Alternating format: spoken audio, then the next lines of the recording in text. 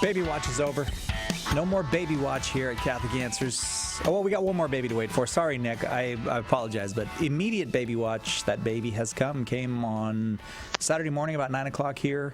As you know, we've been waiting for our producer, Darren, and his wife, Rena, to have their third child. Apparently, Rena did all the work. But it's weird because assistant producer Marie, one of her relatives delivered the baby. So I guess it's a small world here in Southern California.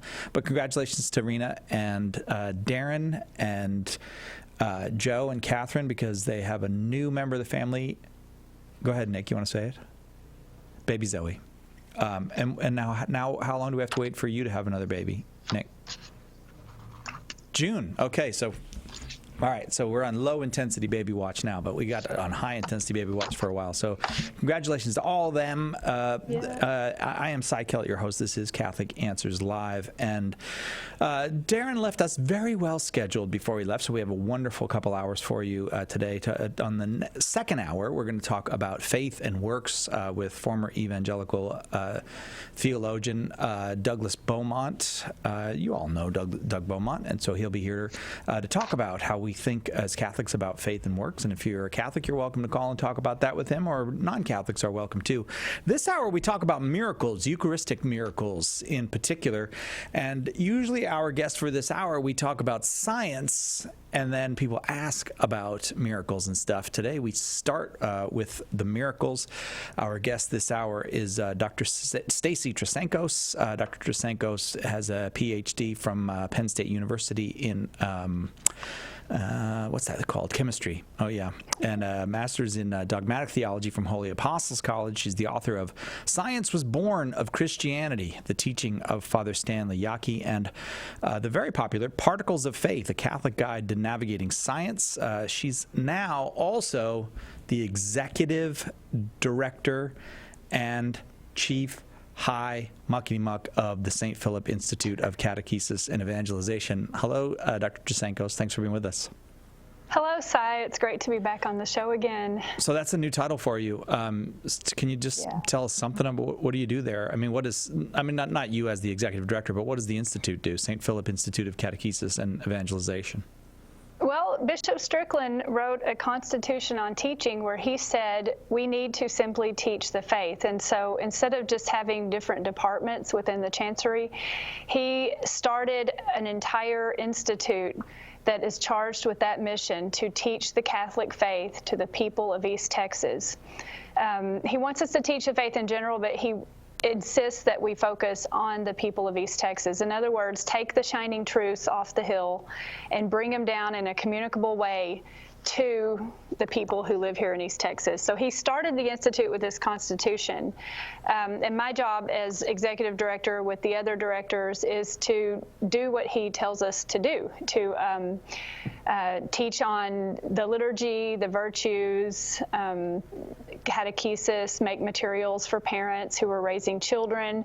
We're communicating specifically to 7 different seasons of life so that we are teaching the faith. That's what it's all about. And everything we do goes through that mission statement.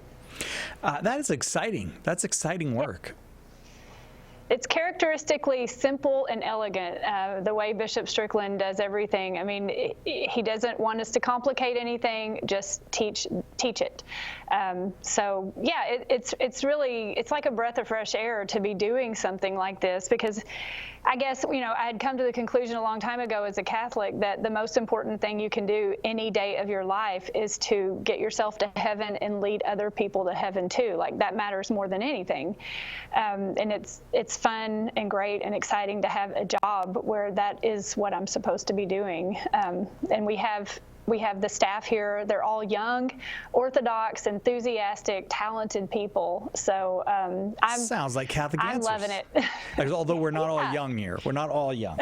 The hard-working ones are. 888-318-7884 is our number here if you'd like to talk with Dr. Trasancos about Eucharistic miracles. 888-318-7884. Anyone welcome to pick up the phone and dial that number. I don't want to make too many delays here, but Particles of Faith, your book, your kind of guide for Catholics, is for how do we navigate this new world of science that we're living in? And it seems like it's a newer and newer all the time. Well, I guess it is. Everything is. But I mean, it's an ever-expanding new world of science. How do we navigate that as Catholics? Something's happening with that book. Yes, I'm so excited. When I wrote the book, I wrote it with young people in mind. But now it's been rewritten. So I've rewritten it specifically in language appropriate for teenagers. I've explained a little more of the science, more of the theology, but it's been rewritten into a student edition. So Particles of Faith, student edition.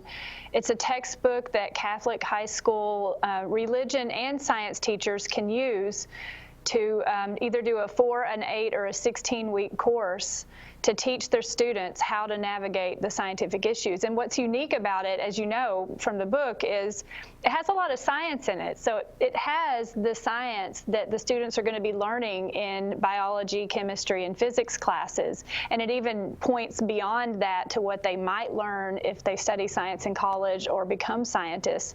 And the fundamental line for the whole book is that science is the study of the handiwork of God.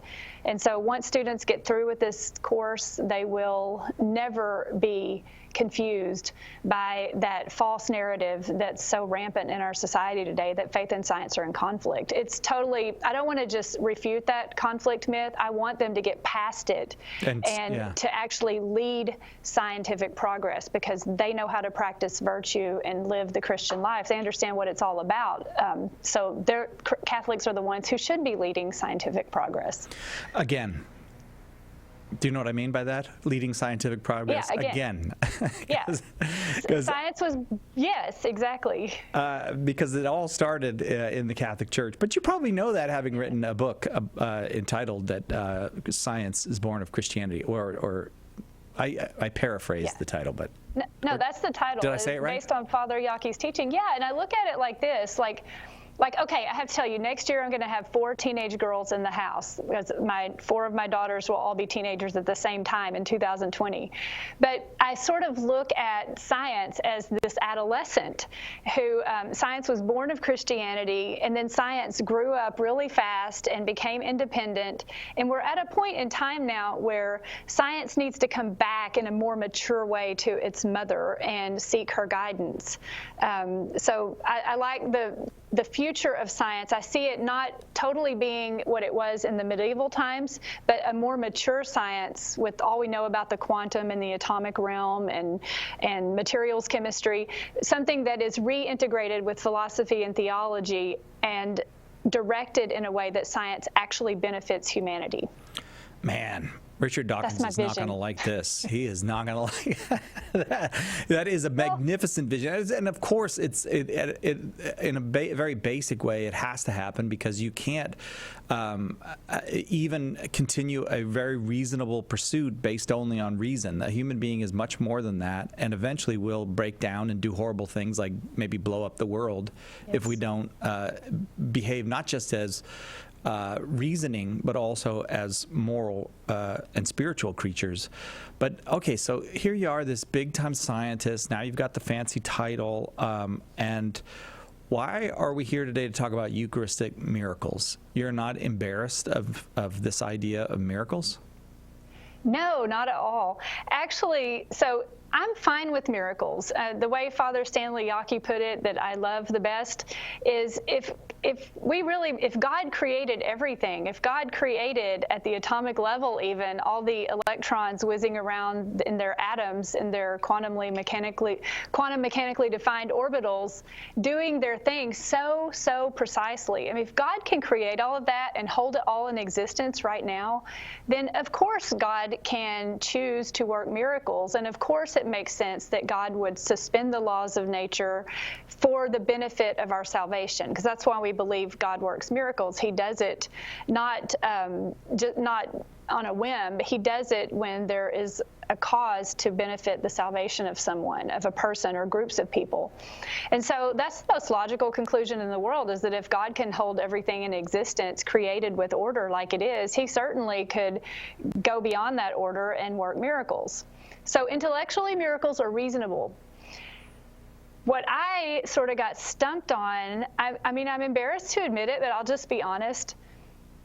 When it was sort of like an abstract idea, it was like, okay, but I was sort of afraid to look into the scientific research around the Eucharistic miracles. Not so much that I don't think miracles could happen, but so much because I'm not really sure who I can believe. Like, what if people were not doing the scientific analysis thoroughly? What if they were biased in their conclusions? You know, I just almost didn't want to know. Mm-hmm. But the bishop asked us to look at a video of a miracle in Buenos Aires that a local cardiovascular surgeon here, who's Catholic and very good friends with the bishop, sent him because his daughter sent it to him. And they were very excited about it. And so I looked at this miracle, the Eucharistic miracles in Argentina, and I started looking into it, and I thought, you know what, maybe I should give a talk or something on this. And I put together a talk, and I looked more into the data, and I still had that feeling that I'm going to be up there giving this talk, and I'm just going to say that I'm reading what's in a book here. Yeah. But I had this uneasiness because I thought, I really still would like to see, I don't want somebody to say, this is what the analysis said. I want to see the results for myself. I want to be the scientist going, I think you could interpret it another way. Maybe it doesn't really say what you're thinking, you know, like let there be a debate. And I didn't have the scientific reports. Bishop Strickland emails me from Australia, where he was visiting January 22nd, and he says, guess what, Stacy? I met a man named Ron Tesorero outside of a small church in Sydney while I was visiting here. He says he was the man who was sent to Buenos Aires to investigate the miracle, to record all the scientists doing their investigation. He has all these materials, including the scientific analysis right here in this book. I'm going to mail them to you. And so they were just sitting on my desk, all because I'm like, God, I'd really like to see the analysis. Boom. It comes to me from Australia. Isn't that just like him, Stacy? I love the fact that it took kind of a miracle. Like, why is your bishop in Australia, and why does he run into a guy who did the original studies on this right at the moment where you're asking yourself, is this really science? Can I trust this? So you needed a miracle to be convinced of a miracle, basically, is what happened. Yeah, it's sort of like one of those times you're like, okay, God, I get it. I will look at the data. Well, fair enough. We have lots of folks on the line, and I also want you to tell us a bit about, okay, so what is that Eucharistic miracle in Buenos Aires, and what are maybe some of the other Eucharistic miracles? We'll get to all of that when we come back. Our store-wide, spring sale is underway right now. We've got new resources from, the wonderful new book from Dawn Eden, Jimmy Akin, Trent Horn. Promo code SPRING19 at checkout. Save 15% off store-wide right now at shop.catholic.com. Your questions, Catholic Answers Live. Catholic Answers Live is proudly supported by CatholicChemistry.com, a new dating site for Catholics who want to do dating right and believe relationships start with Catholic chemistry. Catholic Answers Live thanks CatholicChemistry.com for their generous support on the web at CatholicChemistry.com. Underwriting for Catholic Answers Live is provided by Real Estate for Life. Real Estate for Life connects home buyers and sellers to real estate agents while supporting pro-life organizations. On the web at realestateforlife.org. EWTN, Teaching the Truth. I had called in last spring about talking to my parents, and I was going to convert to the church and how to talk to them. They were not happy at all, but I was confirmed to the church at the Easter Vigil service, and we really don't talk about the topic, but our relationship is still intact, so that's a good thing. Just wanted to say thank you, and I still listen every day because I always learn something new. EWTN. Live truth. Live Catholic.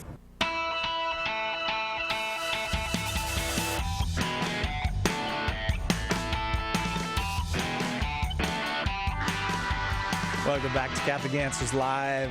A lot to be happy about around here. We love when the new babies come, and got lots of young people here, so we do end up getting good news about babies every now and then here at Catholic Answers, and that's always good. But I'm also, I will just confess, This is my favorite work day of the year, the first day of daylight savings time. I love driving home, and it's still sunny out. Is that totally self-centered? I don't know, but I just love it. So I'm in a great mood. Plus, Dr. Stacy Trasancos is here, who by some freak I have not gotten to speak to for a long time, and I think that the freakish thing that happened is I probably blew it at several points. So I'm glad to have you back. We're talking about Eucharistic miracles today. Dr. Trasancos is a PhD chemist who once explained to an entire room full of Catholics how photosynthesis works, and I don't think any of us understood it, but it was awfully impressive to see what God was doing in every single leaf on the planet Earth. So you talked about how there's this Eucharistic miracle in Buenos Aires. Your bishop was kind of prompting you to share this with people as an aid to faith, which is what it's supposed to be. You were a little reluctant, given you didn't know the data on this thing. Okay, so God works his somewhat generally charming, miraculous ways, gets you that data.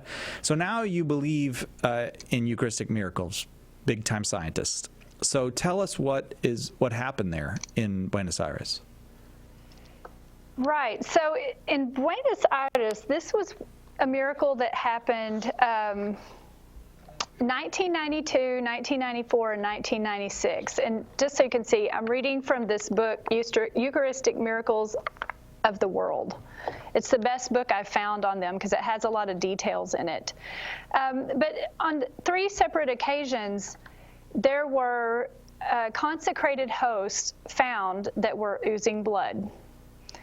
And so there was a fairly good amount of sample then. And so when each one of them was found on the floor, they were picked up, and the standard procedure is to put them in water and then store them in the tabernacle so that they will dissolve.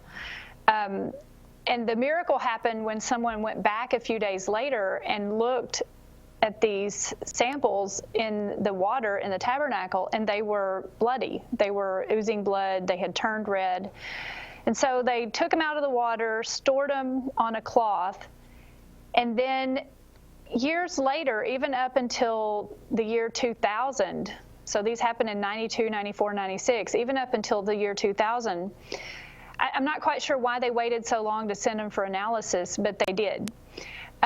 There's a report of a chemist in the congregation, or a parishioner, who did look at the leukocyte formula. Basically, she was able to run a test on the samples right away and confirm that they are human blood, or at least her analysis was consistent with what human blood would be.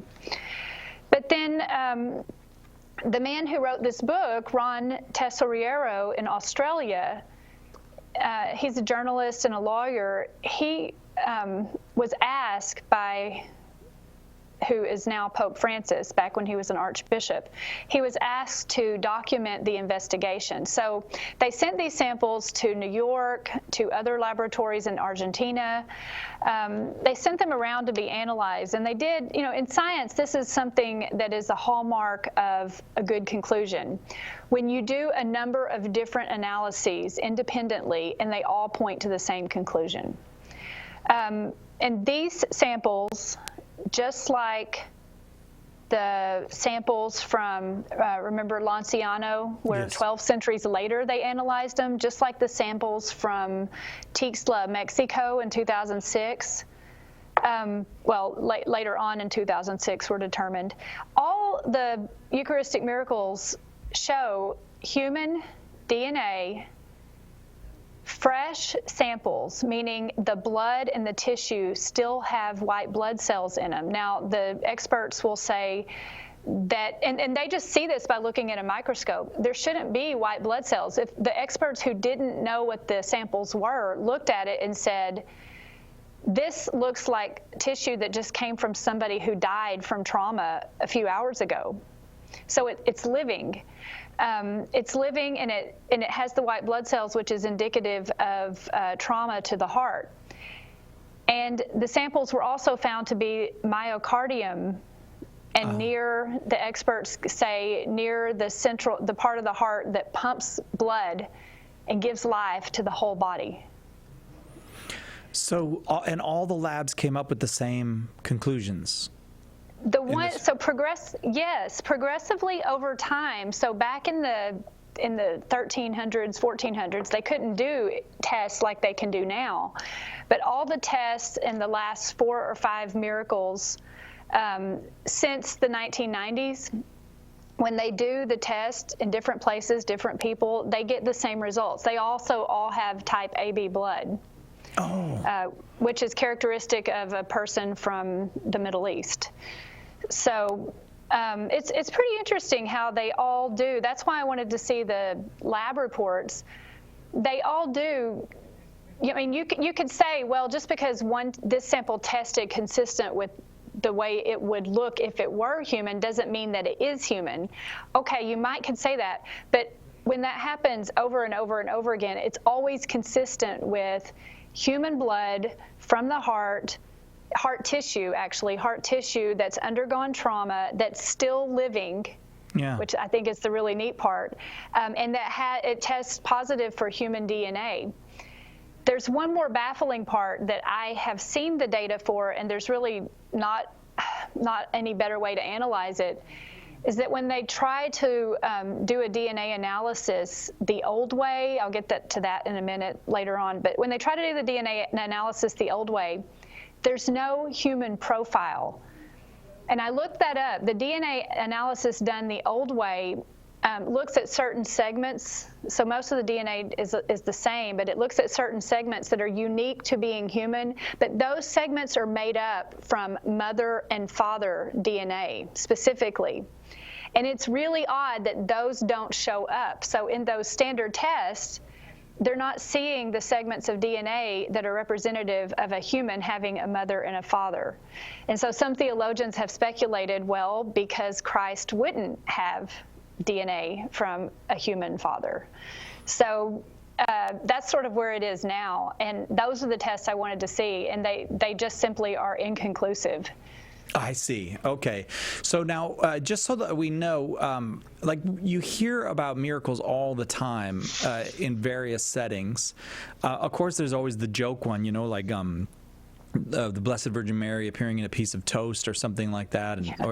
And so there becomes a kind of source of derision for some people to point these things out. So what does the church actually say about these miracles? I mean, is it saying, yeah, okay, most things are not miracles, but these definitely are, or these could be, or what are we looking at as far as the church's kind of expression about these? Are we encouraged, for example, to think this is a miracle? We're left to make our own decision, but the miracles in this book and the miracles we were specifically focusing on here were approved. And what it means for a Eucharistic miracle to be approved is that, something happens, you take it to the bishop or the archbishop, and that bishop initiates an investigation. And then the results of the investigation are presented to the bishop, and the bishop declares it authentic or not. So at that level, the bishops say that, yes, we've had a real investigation done. It's been done rigorously. It looks like it's a miracle, and so you're free to believe that it's a miracle. But it doesn't go so far as to impose it on people as that you have to believe it. All right, fair enough. A ton of callers. Shall we go to the phones? Sure. All right, Nate in Dallas, Texas, listening on Guadalupe Radio. Nate, your question for Dr. Stacy Trasancos. Hi, thank you. Good afternoon. So I know that the Catholic Church is very, very meticulous and does its due diligence whenever a new miracle is brought forward, and they look into it, make sure that it's not fraudulent, and they also have offered the shroud several times for rigorous scientific examination. And DNA testing has been around for 30 years. I was wondering if they've compared the DNA of older samples as well as newer samples and against each other to see if they are the exact same DNA matches, and to tell us through anything about his traits, his physical features. Okay. Dr. Trasancos. Yeah, that is a great question, and And Nate, I had a similar thought. But I had the thought so strongly, I thought, I wonder if I can write a proposal for a grant and get funding to conduct these studies, because they haven't been done, Nate, that I know of, and I think I've looked at everything. They have not been done. Now, the man in Australia, Ron Tesoriero, who sent the bishop these books for me to look at, he has asked that the mitochondrial DNA of these samples be compared for the same reason you're saying, because the mitochondrial DNA would have the DNA from the mother. There are people who have samples of Mary's hair, they say, and that would be something to compare it to. But no, I think those sequences should be done. Yeah, we can get a little more on what mitochondrial DNA is when we come back. But Nate, thank you for the question. More on Eucharistic miracles with Dr. Stacy Trasenkos right after this on Catholic Answers Live.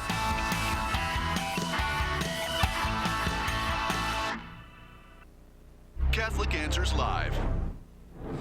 Author Mark McNeil spent years in the Oneness Pentecostal movement, praying in its lively services, zealously spreading its unconventional teachings, and rejecting mainstream Christianity as misguided. Then he left it all behind. All in the Name is the story of a man who believed he was among an elite group of believers who followed the true faith when so many others had strayed. But an inquisitive mind, careful study, and the action of the Holy Spirit finally led Mark out of Oneness Pentecostalism and into the Catholic Church.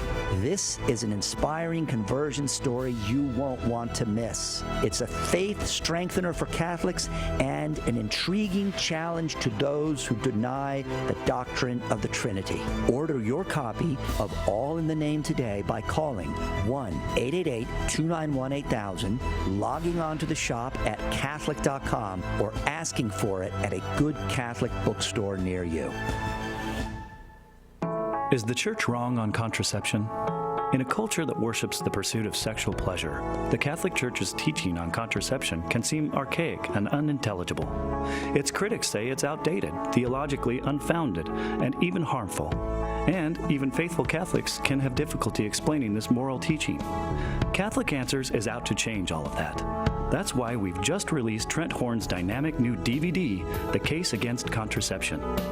Using scripture, papal and magisterial teachings, natural law, and new insights provided by social science and medicine, Trent puts forward a compelling case for Catholic teachings with his trademark charity and persuasive graciousness. Be prepared to give a defense. Order your copy of The Case Against Contraception today by calling 1-888-291-8000, logging on to the shop at Catholic.com, or asking for it at a good Catholic bookstore near you. Have you hurt someone else's character? We're discussing the sin of detraction on tomorrow's Take Two with Jerry and Debbie. Now let's get back to Catholic Answers Live.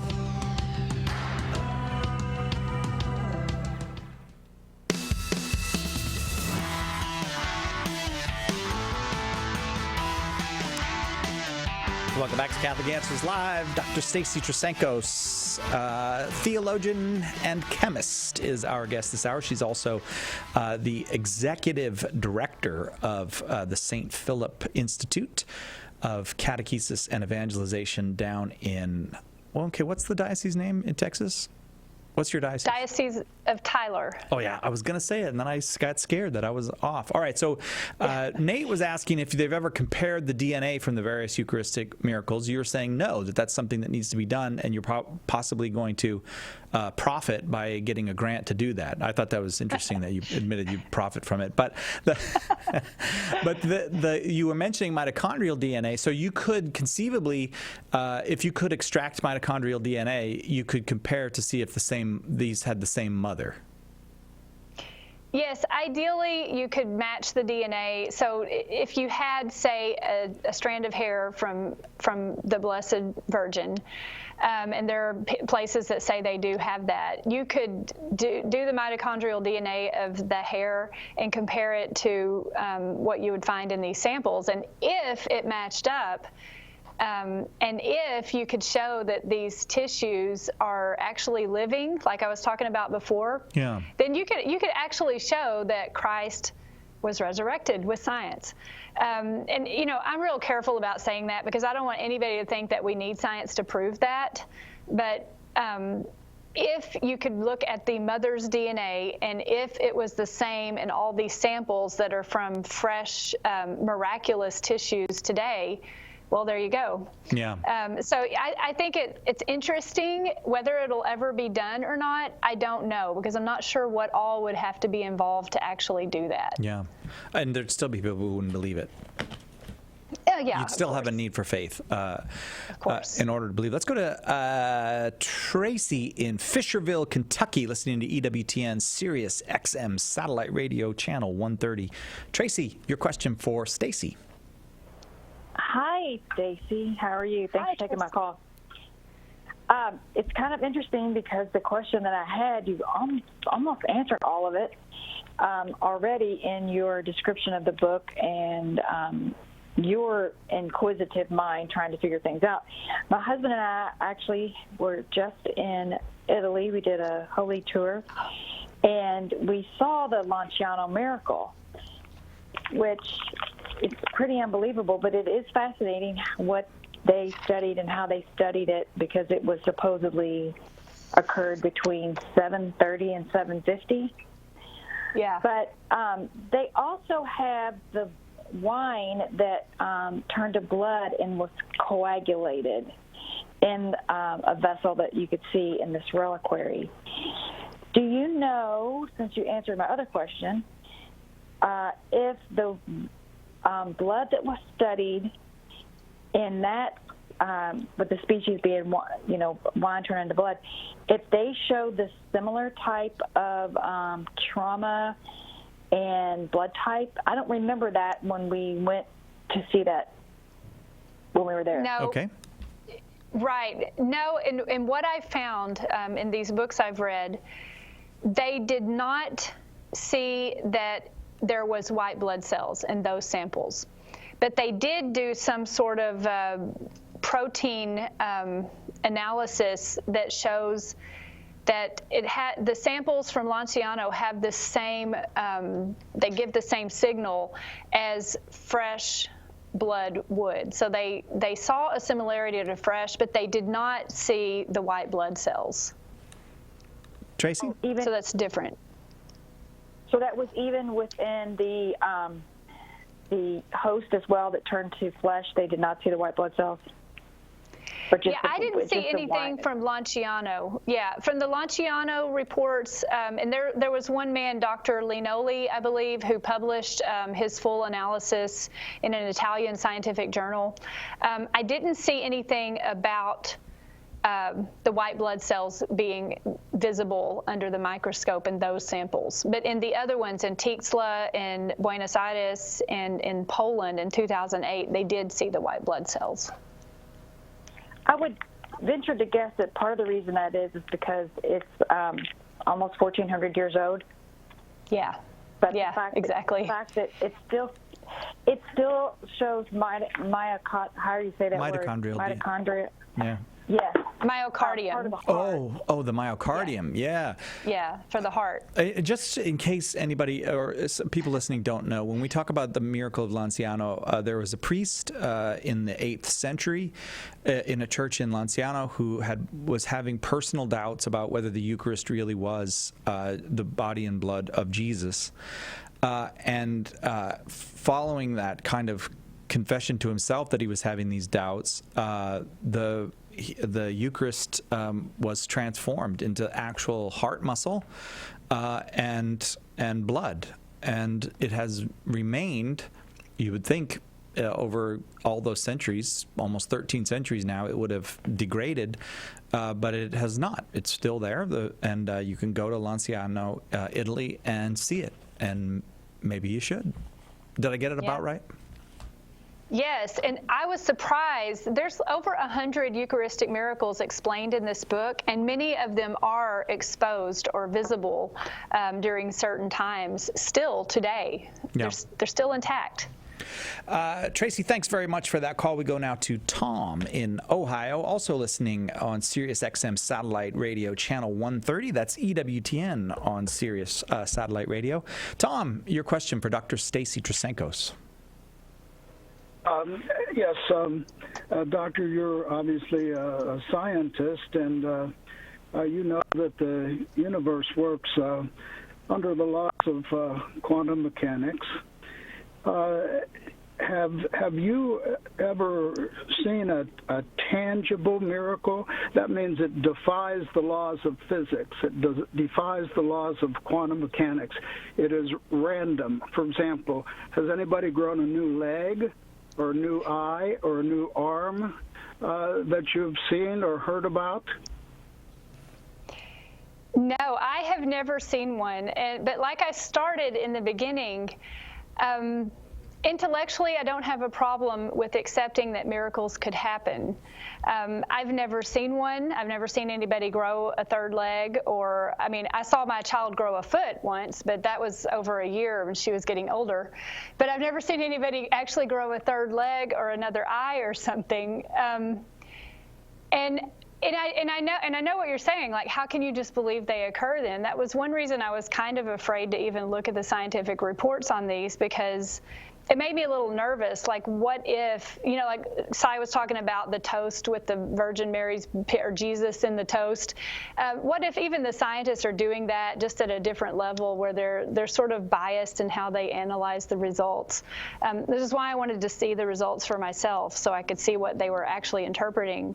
But yeah, like I said before, if God holds everything in existence, why wouldn't he work miracles? Like, it would actually be illogical for him not to work miracles. Do we still have you there, Tom? Yes, and when you spoke about the living tissue, if you said that, or if it was said that there was no father, that would mean that there was no Y chromosome, and then the person would be a genotypic female. Well, that's where you get into different ways to interpret the data. So if there's human DNA, but they can't get a typical human profile where they look at the contributions from a mother and father, that doesn't necessarily, it just says question mark. Like, what does this mean? We're not getting a typical human profile in the DNA the way they used to.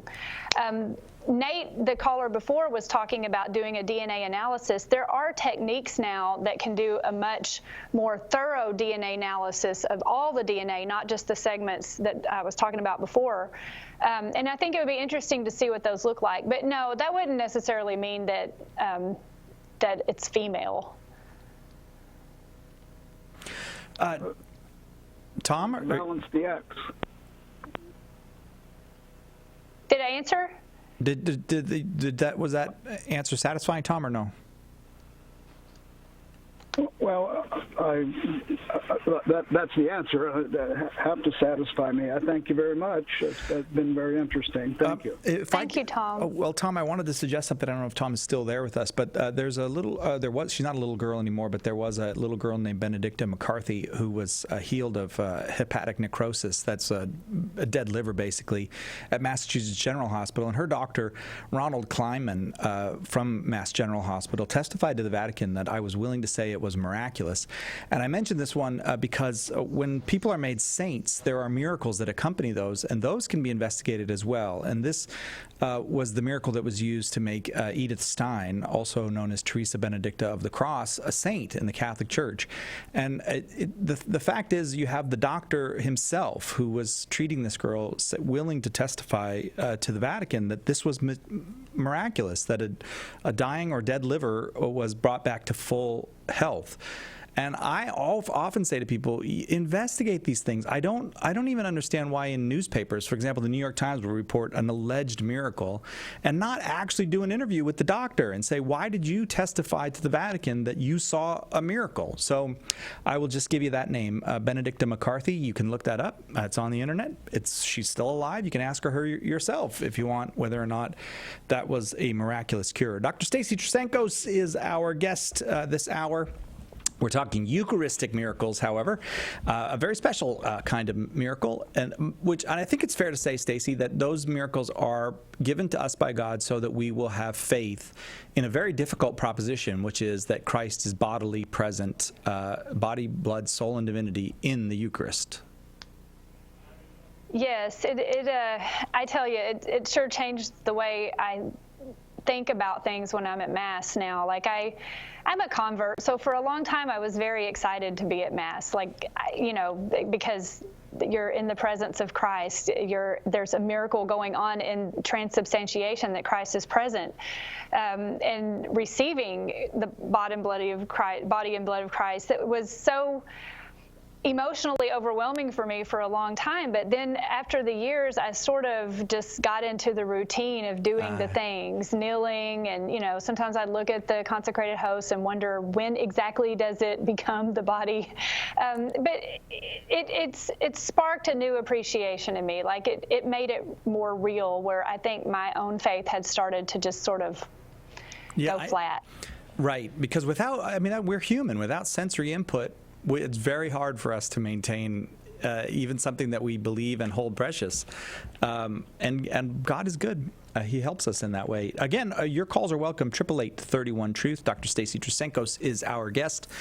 And she's down there in Texas, but Texas is a big state, so we figured that we can send even more theologians and philosophers and apologists down there. So on March 29th and 30th, Tim Staples, Trent Horn, and Carlo Broussard will be part of the Fullness of Truth conference at Prince of Peace Catholic Church in San Antonio, Texas. Fullness of Truth conferences are offered in various places. So they'll also be on May 10th and 11th. Tim, Trent, and Carlo will be at Good Shepherd Catholic Church in Colleyville, Texas.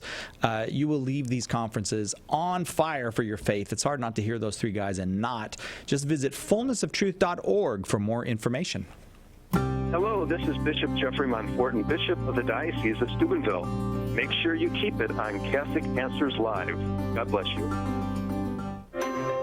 Do you love sharing the gospel and want to learn to be more effective? Join the St. Paul Street Evangelization online School of Evangelization. You will learn to build bridges of trust and make disciples by befriending strangers, proclaiming the gospel, inviting people to the church, and praying with others. We'll ask for a pledge of financial support, but if you are unable to give, we'll give you a membership at no cost. Find out more and get involved today at streetevangelization.com. That's streetevangelization.com. EWTN is now on Twitter. Get short, timely messages from EWTN on your computer or cell phone. It's easy to stay up to date on a wide variety of topics. Pro-life news, Vatican announcements, catechesis, apologetics, the latest EWTN programming, and more. You can link to EWTN on Twitter from our homepage or go to twitter.com/EWTN. At work, at home, at school, and on the road. Stay connected to your world with EWTN's Twitter page.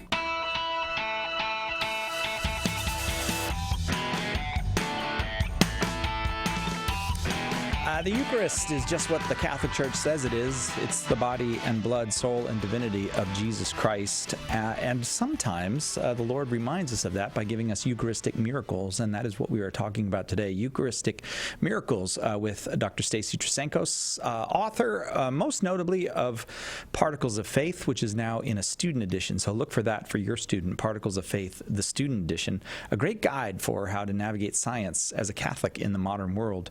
Lots of questions for Dr. Trasancos, so I'm going to just keep going through them. Jamie in St. Louis, Missouri, you are up next. Your question for Dr. Stacy Trasancos. Okay, thanks for taking my call. I'll keep it brief. This is more of a comment, I guess, than a question. And I just want to say I so appreciate you coming on and talking about this Eucharistic miracle of Buenos Aires. And why? Because we've been using this the past 3 years. It was given to me as a gift by one of the parents, the video. And just like you, I'm laughing because I'm like, I don't want to know, like, you know, the real story behind this. Man, I want to believe it's true. And just like you were, you know, I didn't want to delve into the deep depths of it, you know. So I just so appreciate you coming in to Catholic Answers and talking about this very specific Eucharistic miracle, because it has meant everything to me, and I can't express the jaws that drop from these young 8th graders. I do confirmation. I do the confirmation program, and we show this video before our Eucharistic Adoration event, and I can't express in words the look on this kid's eyes when they see this video and understand the truth behind what's been taught for over 2,000 years. Well, let's let Dr. Trasenkos, Jamie, let's just get her reaction to that so far. Thank you so much. Thank you, because that gives us confidence to keep doing this. I totally agree. I mean, part of what gave me, I guess, the courage to look into this stuff when I was a little bit afraid to, my teenagers, I have 7 kids, and like I said, 4 of them will be girls, or are girls, and will be teenagers next year. So they're asking a lot of questions, and I don't want them to struggle, but I know that they're gonna ask questions. They have free will. But my daughter was saying one day, like, I get that Jesus is there, and I get all the stuff that we've been talking about, and I know that he's really present in the Mass. And she's like, Mom, I have trouble, like drama with my friends, trouble trying to figure out what I'm going to do with my life, and all these heavy pressing issues for a teenager. She's like, I need Jesus to appear before me and sit right down right here with me right now and hold my hand and tell me what to do. Like, she just needed something like that. And I do think these miracles help young people or anybody, just like you said. They help make it more tangible, because we're human, we have limits, and we need something tangible to help us understand that it is real. Jamie, I'm going to leave it there. I hope that was helpful to you, because I did say I want to get to as many callers as I can before we have to go. So we'll go now to Jenny in Minnesota, listening on Real Presence Radio. Jenny, your question for Dr. Stacy Trasenkos. I was wondering if there have been any Eucharist miracles that new advanced technology has disproved. Yes, that's a great question. I don't remember where it occurred, but it occurred, I think, in the United States, in the Midwest somewhere, maybe Ohio. I can't remember exactly, but you can Google it. There have been situations where a consecrated host fell on the floor, someone picked it up, put it in water, stored it in the tabernacle, all the procedures, and when they came back later, there was something red growing on it. Well, it turns out there is a form of a fungus, I think, or a bacteria, Serratia marcescens, I think is what it's called, but it looks red. It's like a bread mold, and it looks red, and it's a bright, deep red, like it looks like blood. And so there have been times when people thought that was a Eucharistic miracle, but that's a pretty easy one to analyze. Like when you look at it under the microscope, it looks like a fungus. It has a lot of tentacles. It looks very different from heart tissue. It's easily identifiable under a microscope. And then any kind of elemental analysis would also say this is not heart tissue. So there have been some cases where people thought that's what it was. And you'll find a lot in the skeptics who say these aren't miracles. Oh, that's just that bread mold growing, and they think it's blood. No, it's pretty easy to tell that it's not bread mold, because you just need to look at it under a microscope. And then you can do all these other analyses that are typically run on blood or heart tissue to verify that there's DNA and proteins and things like that there. Jenny, what do you make of that? I think that is really cool, and that will help me grow in my faith a lot. Well, praise God for that, Jenny. It's a great question, because it would be really odd if it was like every time that someone claims a miracle, the church was going, yep, there's another one. It's really important for, I think, just for believability, that this be a rare thing that the church gives its approval. All right, Jenny? That's awesome. Yes, thank you. Thank you. On Facebook, Gwyneth asks the following, Dr. Trasenkos. Do you have a concern of sacrilege in testing the species from a Eucharistic miracle? That's a great question. I never really thought about that, but now that you ask, Gwyneth, I guess that's why there has to be, so it would be sacrilege if someone took it upon themselves, on him or herself individually, to do a test. But I'm pretty sure this is the correct answer, that the reason you go to the bishop and say, we found this, then it's sanctioned. There's, usually there's a committee that's formed, and there are people put in charge of the investigation. And so the investigation itself has been approved for certain purposes. That's a great question, because there's another part I noticed that some of the more recent miracles, once the investigation is complete, then a full report is presented at a conference in that diocese to communicate the findings of the report in a very, in a very formal way.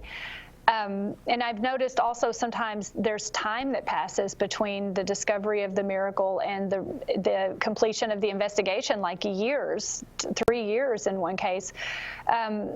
So I'm going to say that if you follow those procedures, you go to the bishop orders an investigation, and everything is in line with that investigation, then it's not sacrilege.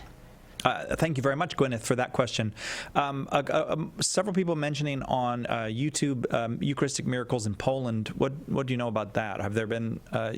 Are you familiar with Eucharistic miracles in Poland? And also, are they? What was the word you used? Approved Eucharistic miracles. Yes. Yeah, the ones in Poland are, and they're in this book. There's quite a bit on those Eucharistic miracles. It happened in 2008, so it wasn't that long ago. And the bishop there had the investigation started, and they had 2 experts at, the University of Białystok. It's a university there in Poland. They had 2 medical doctors who were experts on the heart tissues, conduct investigations, and they found all the things that I was saying before. They found that the tissues were living. That's how they described it, that they are consistent with having experienced trauma. Even in these samples in Poland, a skeptic accused them of committing murder because the skeptic saw the samples and said, you got this from a person that was murdered just recently. But it wasn't. It came from, there was a trail of witnesses that verified it came from the Eucharist. But it was living tissue. It had the white blood cells indicative of trauma, had the same type AB. I made some notes here on that. And they even tested to rule out chemically that it wasn't that bread mold that I was talking about. But there was one more thing. They were accused in Poland of having swapped the samples. Okay, so somebody wants to say there's a Eucharistic miracle. Somebody swaps in a piece of tissue. That's why they accused him of murder. Somebody murdered somebody and swapped in a piece of heart tissue, and now they're calling it a miracle.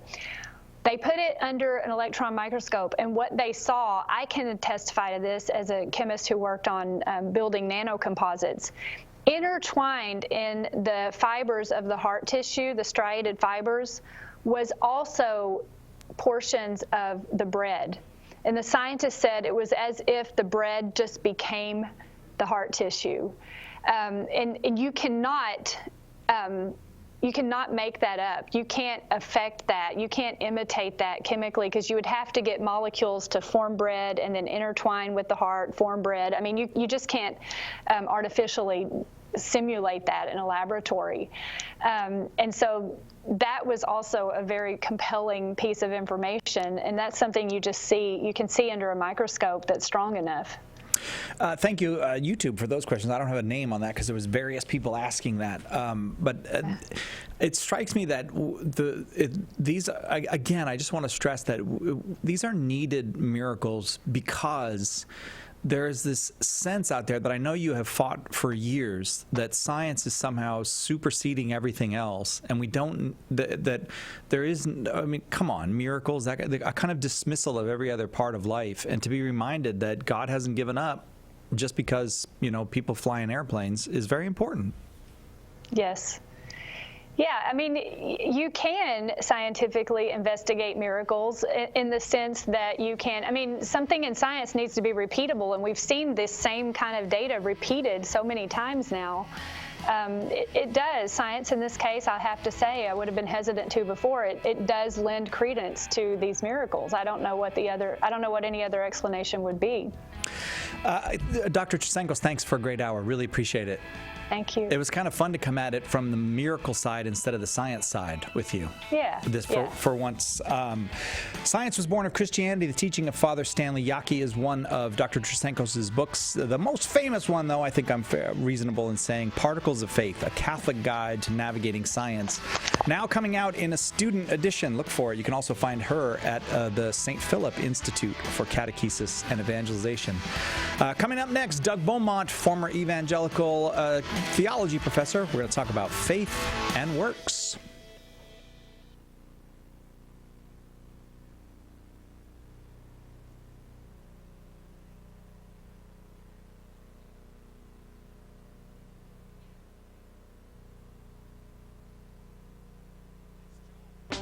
Aren't faith and reason two separate and distinct kinds of truth? Why do Christians believe in the biblical creation story when science has disproved it? How can the modern world take religion seriously when they oppose scientific advancements like birth control and stem cell research? In 20 Answers, Faith and Science, you'll find smart, solid answers to these questions and many more, clearing away misconceptions and helping you to understand and explain to your friends and family the complex but ultimately harmonious relationship between religious and scientific truth. 20 Answers, Faith and Science is part of the 20 Answers series from Catholic Answers, offering hard facts, powerful arguments, and clear explanations of the most important topics facing the Church and the world, all in a compact, easy-to-read package. Visit shop.catholic.com and take a look at this exciting new series from Catholic Answers Press. With the recent commemoration of the 50th anniversary of the release of Humani Vitae, there have been fresh attacks on Catholic teaching from outside and, unfortunately, inside the Church. That's why Catholic Answers thought it critical to provide a vigorous affirmation of Pope Paul VI's prophetic wisdom with our newest book, Inseparable: 5 Perspectives on Sex, Life, and Love in Defense of Humani Vitae. We asked 5 distinguished contributors to reflect on and defend Humani Vitae from 5 perspectives, each of them compelling, together forming a mosaic of truth. Don't be caught uninformed when the topic comes up among friends, family, and co-workers. Order your copy of Inseparable today by calling 1-888-291-8000 or by visiting the shop at Catholic.com. Have you subscribed to the Catholic Answers Radio Club newsletter? This is Catholic Answers Live host Cy Kellett, and I want to tell you about our new weekly newsletter full of behind-the-scenes information and facts you need to know about the show. It's easy to sign up. Just visit CatholicAnswersLive.com and look for the newsletter sign-up box on the front of the page. It's a great way to keep up to date with what's happening with the show and see what's coming in the days ahead, delivered weekly into your inbox. Sign up today for the Catholic Answers Radio Club newsletter and see what you've been missing. Go to CatholicAnswersLive.com. Hey everyone, Carlo Broussard here. Are you looking for an on-fire Catholic speaker to come and speak at your conference or parish event? If so, you're in luck. We've got a host of Catholic Answers speakers, including myself, just waiting to get on a plane and come see you. Just go to CatholicAnswersSpeakers.com to get all the information you need to make your event the talk of the town. That's CatholicAnswersSpeakers.com. We look forward to seeing you. So, you're listening to Catholic Radio. I think it's safe to say that you probably want to become like Jesus. Theosis is a fancy word used to explain the process of becoming like Christ. It's how God takes sinners like you and me and transforms us into who we were created to be. Basically, rockin' saints. Clumsy Theosis is a podcast where I take 2,000 years of Catholic goodness, draw from the great minds and spiritual masters of the Church, boil it down, distill it, and give practical advice to 21st century Christians. Basically, we'll learn how to do this Catholic thing like a boss. Subscribe to Clumsy Theosis wherever good podcasts are found. Is the Church wrong on contraception? In a culture that worships the pursuit of sexual pleasure, the Catholic Church's teaching on contraception can seem archaic and unintelligible. Its critics say it's outdated, theologically unfounded, and even harmful. And even faithful Catholics can have difficulty explaining this moral teaching. Catholic Answers is out to change all of that. That's why we've just released Trent Horn's dynamic new DVD, The Case Against Contraception. Using scripture, papal and magisterial teachings, natural law, and new insights provided by social science and medicine, Trent puts forward a compelling case for Catholic teachings with his trademark charity and persuasive graciousness. Be prepared to give a defense. Order your copy of The Case Against Contraception today by calling 1-888-291-8000, logging on to the shop at Catholic.com, or asking for it at a good Catholic bookstore near you.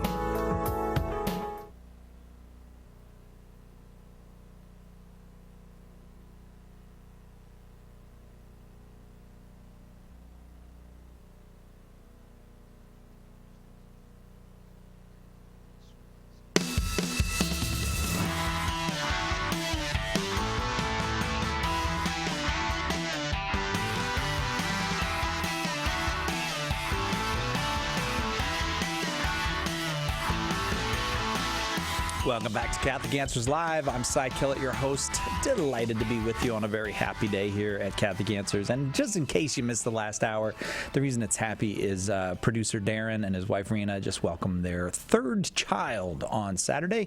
Little baby Zoe is in the world and looking good. They did that thing where they take a picture of the baby just born. My goodness, that's a good-looking baby. That's a baby that's like, I'm ready. I am ready for this world. I am fairly certain that my baby picture did not look like that. I do not think I was ready. This hour, we welcome, before I tell you we welcome Doug Beaumont, I want to let you know we're going to be discussing faith and works. And so the question is always now for Catholics, why do you believe in a gospel of works? We face that from our post-Reformation brothers and sisters in the faith.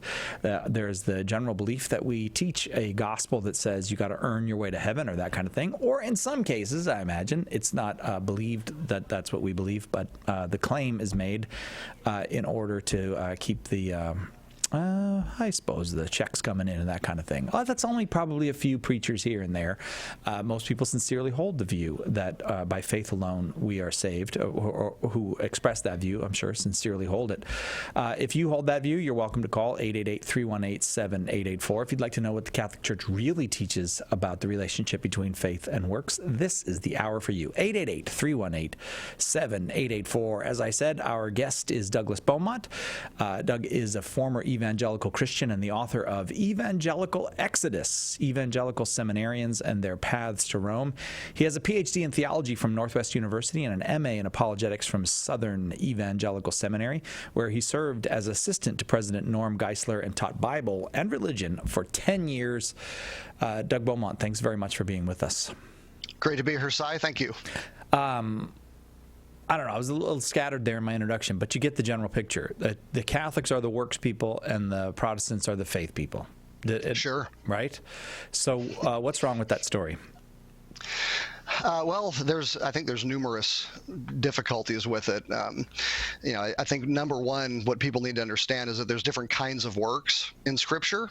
There's good works, there's works of darkness, there's works of the law, and I think that probably the easiest way to summarize the particular problem that I had as an evangelical was that we confuse legalism, which is trusting in the Old Testament works of the law for salvation, with just any kinds of works whatsoever. Oh, I see. And so we would apply verses that were only talking about the contrast between the Old and the New Covenant salvation methods with just works in general. And so by flattening it out like that, anybody that says that any works are involved in salvation instantly sound like a legalist when really they're not. Again, 888-318-7884 is the number, 888-318-7884. So does some of this argument over faith and works come down to a disagreement about our own participation in salvation? That is, a difference of opinion on whether or not we are invited to participate in our own salvation, or whether we are completely helpless and reliant on God to do all of it for us? Yeah, I think that's a big part of it. Your more reformed side of the Christian spectrum tends to want to elevate the sovereignty of God in any way they can, and specifically by reducing human freedom. The thought being that it's kind of a zero gain game here, where whatever glory God gets, it has to be taken away from the human, and vice versa. And so when it comes to salvation, we don't want to give any glory to mankind's free will, because then it would reduce God's sovereignty and his glory. Whereas, a different way to look at it is that God receives glory by the fact that his free creatures are cooperating with his grace. So, once you kind of start off on one of those paths, it tends to really limit what kinds of interpretations you're going to allow in your theology. Well, if I may, reading the Gospels recently in church, we have this Jesus making clear that look at like the sheep and the goats, and some of you did these things for me and some of you didn't. So just in fairness, not trying to be a gotcha or anything like that, how does an evangelical who says works don't matter, only faith does, reconcile that with Jesus saying that your works can condemn you or save you? Yeah, I think that's a really good question. I once heard John MacArthur say that Christ made no formal explication of the doctrine of justification, which I found interesting because Jesus actually uses that word in several places, but it's in uncomfortable verses if you are coming from a more Reformed perspective. He says, "By your words you will be justified." This man who was not a Pharisee, by throwing himself on God, he went home justified. We are justified in the eyes of others. He actually had quite a bit to say about it. And I know that for me, at least, when I was an evangelical, we had this idea of kind of two tiers of scripture where you had your clear verses and your unclear verses.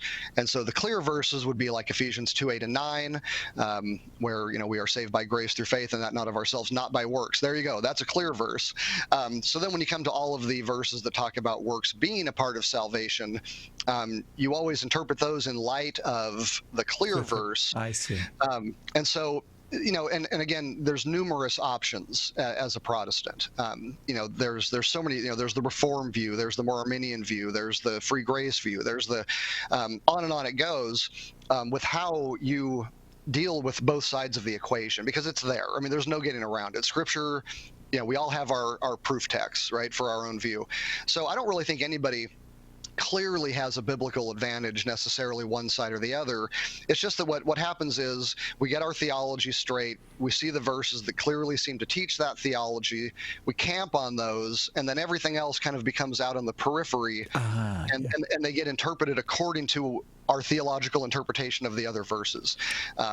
Which would work if Scripture, nicely color-coded all of the clear verses, so that we know which ones are clear and unclear. But depending on where you start and what theology you already have in your mind, that's really what's going to differentiate the two. Okay, fair enough. That's a fair answer. 888-318-7884, and it's not a.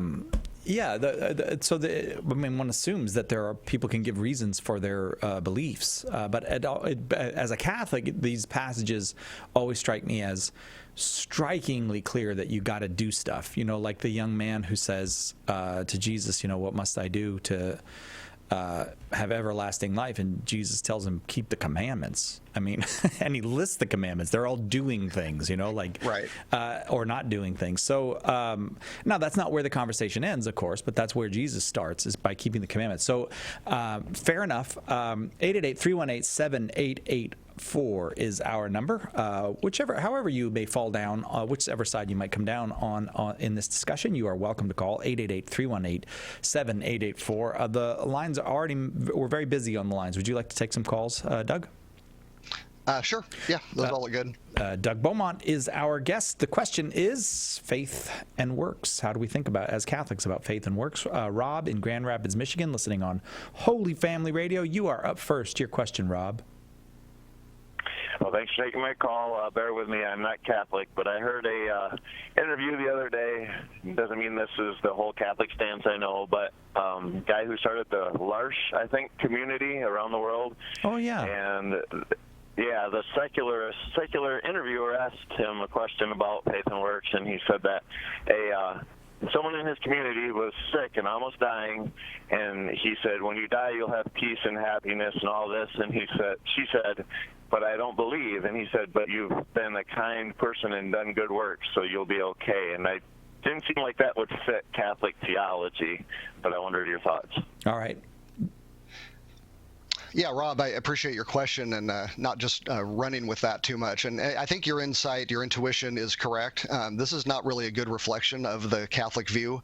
Now, I didn't hear the interview. I don't know where that statement came, what kind of context it was in. You know, the Catholic Church's teaching on salvation is a lot more detailed and fine-grained, I think, than a lot of Protestant views, because it's trying to take all of the biblical and traditional data and put it together. There is a sense in which a person who, through no fault of their own, is not a believer, who probably doesn't even know that they're not a believer, in a sense, may be judged on their works. And it's possible, we don't know for sure if it will happen or not, but it's at least theologically possible that God could have mercy on a person like that through Christ's death and resurrection, and that gets applied to this person who, again, through no fault of their own, is not a believer. But that would be a very much an edge case. That's not something that we would want to build our theology on top of. It's really just a way of acknowledging that, look, you know, God is not just, you know, checking a box to see if you get into heaven or not. You know, he's a merciful, he's a loving God. And we have to willfully disbelieve, really, in order to remove ourselves from that mercy. So if this person who was sick and dying knew full well the gospel, understood it, and was saying, I do not believe that, no, I don't think we have any reason to believe they'll be in heaven because of their good works. That would be a distortion of the Catholic teaching. Rob, I wanted you to respond, if you like. How does that strike you? Well, that's kind of what I was hoping he would say, because I didn't want to think that that's what Catholics believe. Well, the L'Arche communities, I imagine it was probably Jean Vanier who was being interviewed as a saintly man, but not uncontroversial in some of his theology, and which is the case sometimes. Sometimes the most saintly people out there really living the gospel are not necessarily the ones to explain it. But and I'm not trying to criticize Jean Vanier. I didn't hear the interview either. So, Rob, thanks for the opportunity to address that. 888-318-7884, 888-318-7884, and also things that are said to the dying are sometimes abbreviated given the dying process. So, you know, that's not the time to bust out the Summa Theologiae and start, you know, right. It seems that. Right. You might just say what it comes to your mind as helpful at the time. What I don't know if that was Jean Vanier, who is the founder of L'Arche, that I'm not sure what was in his mind, but we'll leave that there. And thank you very much for the call. We're talking about faith and works with Douglas Beaumont today. You can find out all about him at douglasbeaumont.com. Among his many books, Evangelical Exodus is one, but you can find out about all of them there, douglasbeaumont.com. We're glad you're with us. Stick around for more Catholic Answers Live. The wisdom of Mother Angelica. Don't you feel sometimes like there's so many people in the world? How does he hear your prayer? Never think of that, huh? Everybody thinks of that. I'm only a little grain of sand on the seashore. Oh, but that's not true. See, God is God. And you and I have to let God be God. I don't know how he does it. He's God. For more information on Mother Angelica, visit Religious Catalog at EWTNRC.com. Catholic Answers Live is brought to you in part by CatholicSingles.com, the website for Catholics who want to meet others who share their faith and values for faith, fellowship, and love. You can learn more at CatholicSingles.com. Catholic Answers Live thanks CatholicSingles.com for their generous support. Homeschool Connections, an online provider of courses for your Catholic homeschool, is a sponsor of Catholic Answers Live. Homeschool Connections website is homeschoolconnections.com.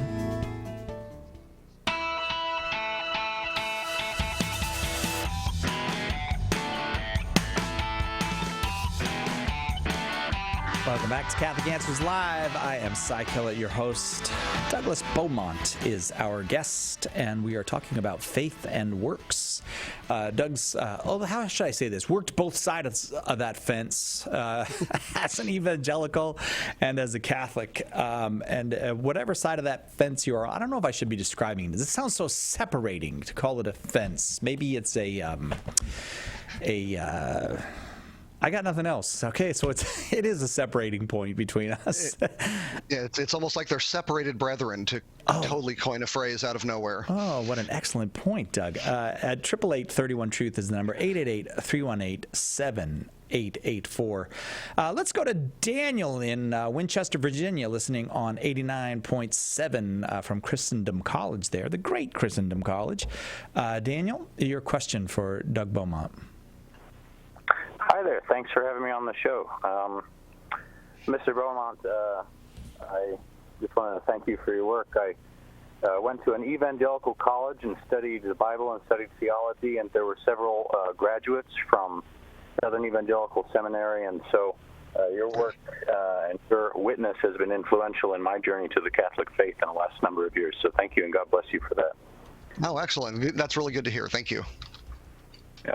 Well, I wanted to ask, I'm thinking of the best way to put this, but as a convert from Protestantism, what would you say is the best that Protestantism could offer on the subject of faith and works, or the most sound interpretation from a Protestant perspective of the relationship between faith and works? And then how would you recommend one charitably respond to that perspective as a Catholic? Oh, that's an excellent question. Thank you. So I would say the strongest argument is going to come from some proof texts, just individual verses in Scripture that aren't necessarily being taken out of context or anything like that, that seem to pit faith and works against each other. So the most famous go-to verse is going to be Ephesians 2:8-9. I'm going to just read it so that we're all, I'll even read it in the ESV so that all of my Reformed brothers are happy. St. Paul says, "For by grace you have been saved through faith, and this is not your own doing. It is the gift of God, not a result of works." Okay, so if that is your go-to verse, it's pretty clear St. Paul is contrasting salvation through faith and works, and you just sort of go on from there. If that verse is accurate, well, then any adding works to faith, you're taking something that is a gift of God and you're trying to earn it through wages. Paul talks about this in Romans, totally destroys that idea. If it's a gift, it's not a work, et cetera, et cetera. So I think that the best response to that is to recognize a few things. Number one, Ephesians 2:8-9 does not say that salvation is by faith. I used to catch my students in this all the time. The verse actually says it is by grace that you're saved.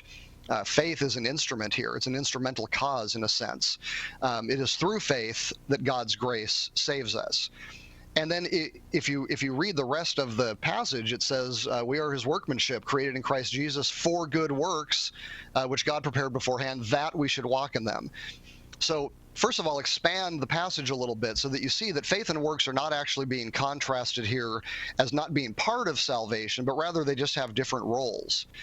And as you go through the rest of St. Paul, and I just put something up on the my website on this recently, what you come to see is that when Paul is talking against works, when he's actually negative, when he's denying works value in salvation, he qualifies the word works in different ways. They're works of darkness, works of sin, works of the law. And like I said earlier, in those cases, what he's actually doing is he's pitting the old covenant versus the new covenant. He's not pitting works against faith. It's a specific kind of work, that is trusting in the Old Testament, the old covenant law to save people.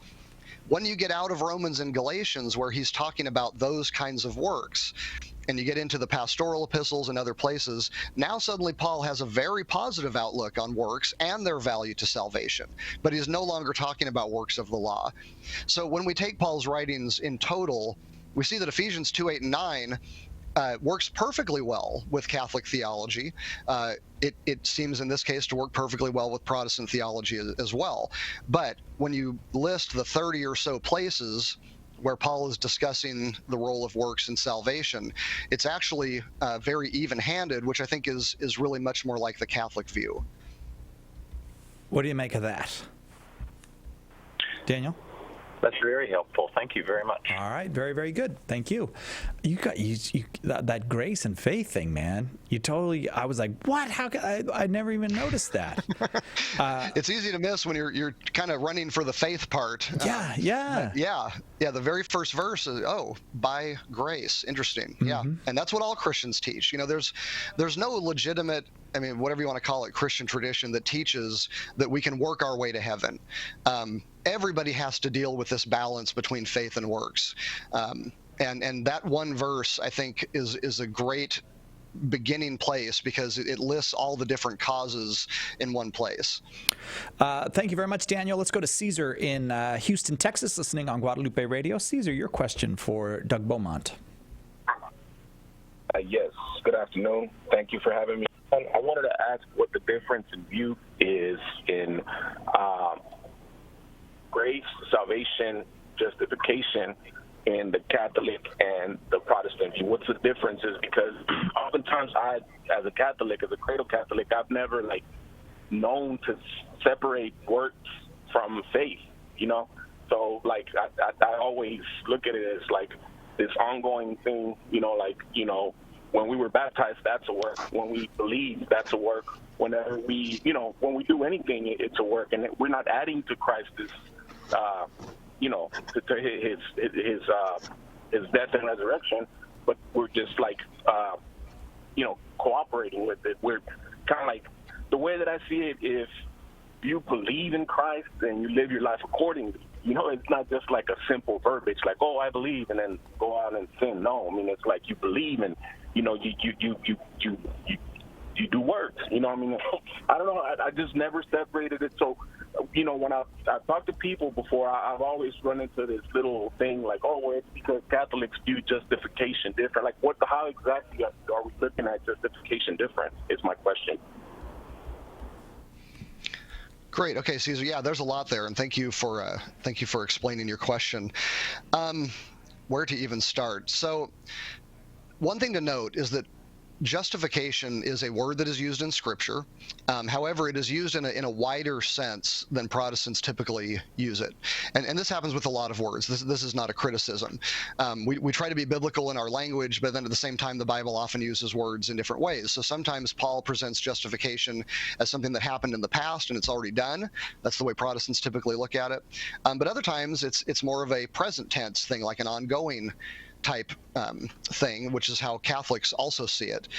So in the Catholic world, we tend to equate salvation and justification in all of its phases. So there's a beginning point of salvation, there's the part that we're living right now, and then there's a future part that happens in heaven. And Protestants typically recognize that division in salvation as well, but they rename the stages, which is maybe a little more precise. But they'll typically refer to kind of the point at the beginning of the line as justification. And then the line itself, the process that we're in right now, they'll call sanctification, and then the final what we would call justification in heaven is known as glorification. And those words are fine. They get used in different ways in Scripture as well. But the difficulty is that if you are a Protestant and you believe that justification is just this initial point of salvation, then that comes by faith before you can do any works. It would be ridiculous to try to put works in there because it's not even it's stretched out in time. It's a point. Add on to that many Protestants, not all, but many, believe that justification cannot be lost. There's nothing you can do to lose it. There's nothing you can do to get it. So because it's all by God's grace and his sovereignty, and we're not part of that, and our works aren't part of it, that justification happens once for all. And so when they hear the Catholic talk about justification and how you've got to continue in faith and love and hope and works, well, then that just doesn't even fit their categories many times. And so, and that's not the end of it. They also see justification in a more legal sense, where God is declaring people to be just, even though they're not. And so it's sometimes called a legal fiction type thing. Whereas when Catholics say someone is justified, they mean that there's actually a change of the person. There's actually a difference between your soul now and when it wasn't justified. And because Protestants tend to see that more as a label than as an actual change, the works and everything coming in don't make sense either. Caesar. Yes. Does that make sense to you? Yes, it does make a lot of sense. I just kind of wanted to, so in a sense, I guess, you know, we believe the same, but it's just worded different. It's like a semantics type of thing. No, it is more than that. So I would say the first part of my answer is that's part of it, is there is this verbal issue where we're using different words for different things, and because the Catholic tends to just say salvation and justification as the same thing, point, middle, and end, and Protestants tend to limit it to the point, there's that problem. But there's also the problem that what justification actually is for the Catholic is totally different than what it is for the Protestant. For the Catholic, being justified means God calls you just, but he also makes you just. And that second part is not part of Protestant theology. Justification is a legal declaration. It's kind of a label that you get, rather than an actual change that has to occur. And so that's why in the Catholic faith, you know, deadly sins that John talks about can actually lose the state of justification. You're no longer in a state of grace. You're actually a different state now in reality. It's not just that your label has changed. And so we have the problem of different semantics, and we also have the problem of the actual theological change that takes place, and both of those are different.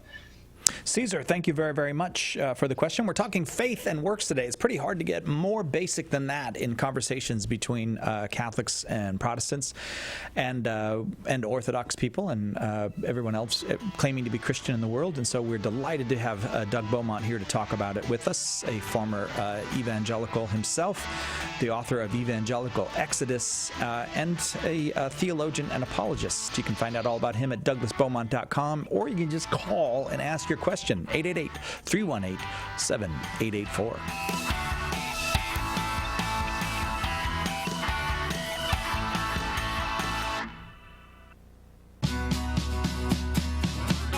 Join us on air today on Catholic Answers Live.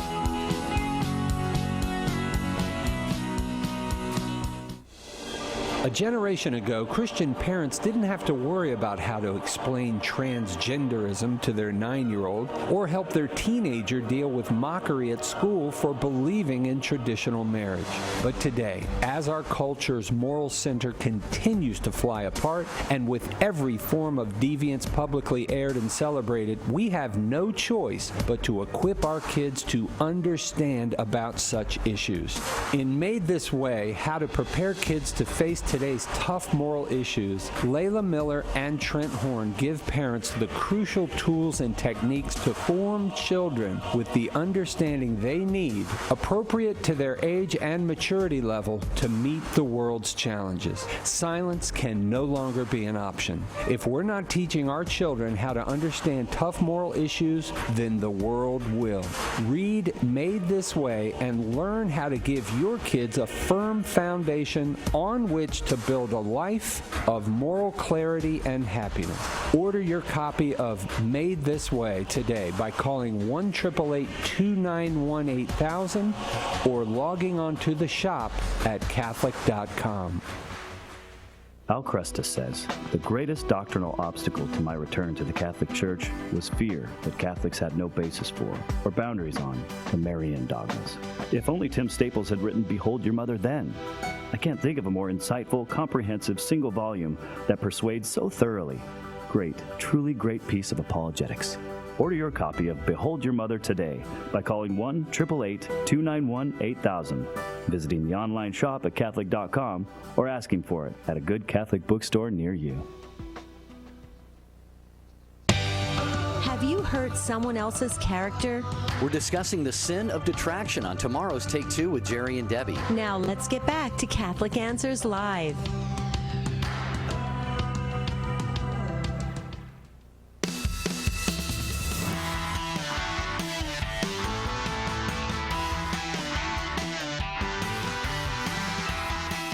Talking faith and works today with Doug Beaumont, our guest, and your calls are welcome. 888-318-7884, 888-318-7884. Let's go to Steve in Tulsa, Oklahoma, listening on 94.9 FM St. Michael's Radio.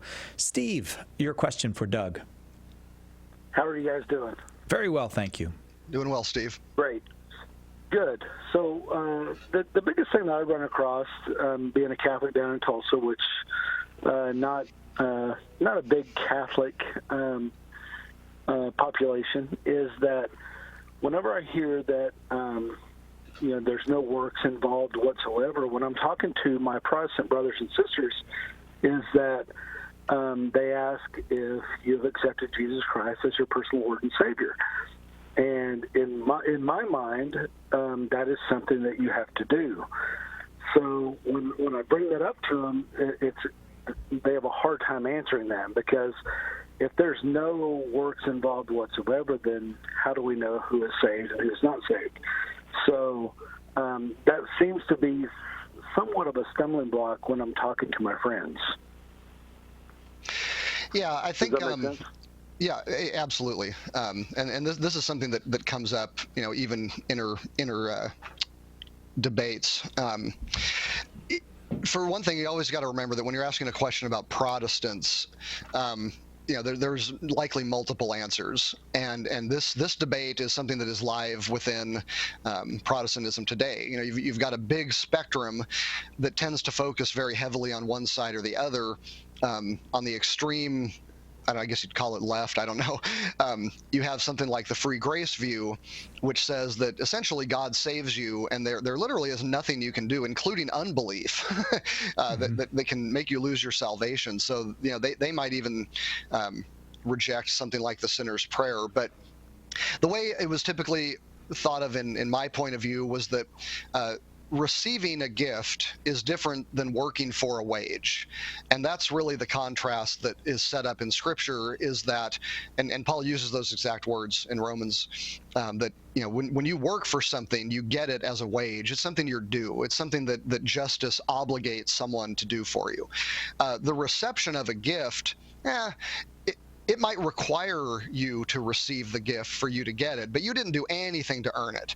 And it's really that idea of earning that is problematic for the Protestant. They think that if you have to do a thing to get salvation, well, then you're earning it like a wage, which is clearly against what Paul is talking about.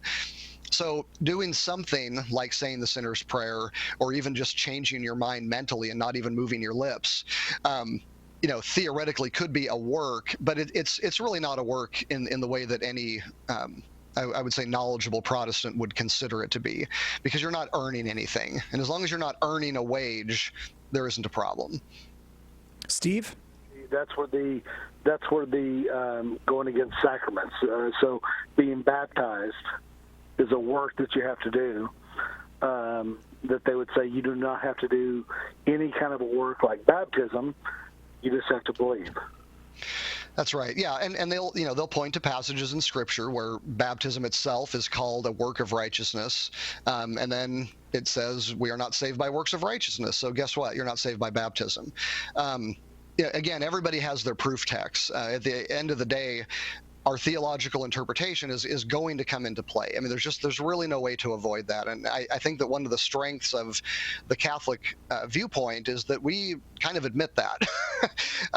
We don't pretend that an open Bible is just going to transmit its truth right into our brains with no interpretation, no theology in between. But then again, we have our proof text too, right? We have James 2:24, which says justification is not by faith alone. I mean, that's an exact verbal contradiction with the very founding idea of the Reformation. So if you can theologize your way out of a direct contradiction, well, then you kind of have to let other people have their theology too. I just think that the Catholic is, in a sense, more honest about our need for theology and interpretation, and then has an authoritative structure to help with that. Whereas the Protestant is sort of trapped in their proof texts, and when something comes along that doesn't work, like you are saved by baptism now saves, okay, yeah. is right in Acts. Those become a lot more difficult to deal with. Steve, thank you very, very much. We're talking faith and works with Doug Beaumont today. We go now to Alyssa in Chattanooga, Tennessee, listening on the Catholic Answers Live app. Alyssa, thanks for downloading the app onto your phone. Your question for Doug. Yeah, absolutely. Big thanks to you guys, by the way, for everything that you do. So I was having a conversation with one of my Pentecostal friends today about the topic of salvation and what differentiates us. And she brought up the penitent thief, now St. Dismas, and I was wondering how that is to be interpreted if the Catholic Church teaches that faith without works is dead. But up until the last few seconds of his life, he did not believe in God or did not lead that kind of life. Yeah, that's a great question, and I've actually got a little thing on my website about this. But first of all, you noted that he's considered by the church to be Saint Dismas, so it's pretty clear Catholics believe that he went to heaven. A couple things about this. Number one, we need to remember that this is a very unusual case. It's not typical that someone's body is nailed to wood when they become and they're about to die when they come to faith. And again, what I always try to tell people is, look, there are guidelines that God gives us, but he's not ridiculous. God is not up there with the check boxes. Oh, sorry, you were nailed to a cross and couldn't get baptized. You're going to hell forever. That is just not what a loving, merciful God would do on any view. So what we don't want to do, though, is take something so unusual and say, well, that now is the paradigm for all time. If you want to do that, what you really need to do is say, okay, well, anybody who is about to die and is nailed to a cross and can't do anything can get saved without works. Okay, great. But, nobody wants that as part of their soteriology. So rather, I think that what the church does, and this is with the martyrs and a lot of other people, is to simply say that, look, there are guidelines for people who are willing to do certain things, that they should do those things, and if they're unwilling, that's a problem. But somebody who's willing something, who by no fault of their own cannot achieve those things, God doesn't judge them for that as if they were unwilling. He judges them as if they were willing and they were withheld from doing what they willed. So the thief on the cross is not a counterexample to baptismal regeneration. He's not a counterexample to a life of piety and good works. He is a perfect example of someone who literally physically can do nothing except talk. And what does he do? He indicates his faith. He does everything he can do from the cross to indicate his faith, and all the works that could possibly be done from the cross, he does them. So there's no reason that there should be any problem thinking that he is in heaven from a Catholic or a Protestant point of view. Alyssa? Thank you so much. I think that helps it's hard to discuss these type of things and not get caught up in the two-dimensional type of thinking that I think happens a lot. But yeah, I appreciate that a lot. Well, thank you very much, Alyssa. 888-31-TRUTH is the number. We're talking faith and works with Doug Beaumont. We go now to Patrick in Lansing, Michigan, listening on 90.9 FM. Patrick, your question for Doug. Well, hello, and thank you for having me on. I wanted to respond to Mr. Beaumont's little piece he did on justification and works and faith and so on. And I'm a former Catholic, became a born-again Christian in the mid-30s of my life, and became a Protestant and became very interested in the historic differences between the Reformers and the Catholic Church, particularly laid out at the Council of Trent in 1647.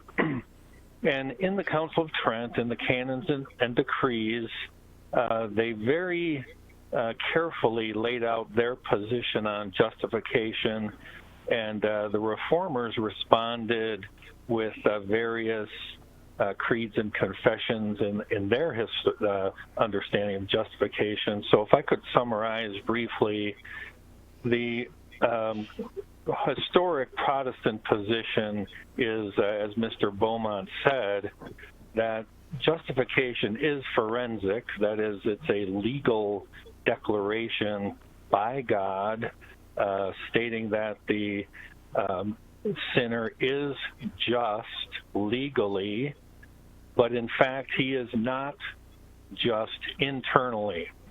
He is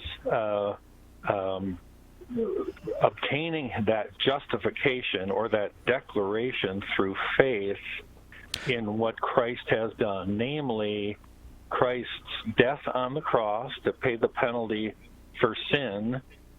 Jesus has absorbed that punishment for us.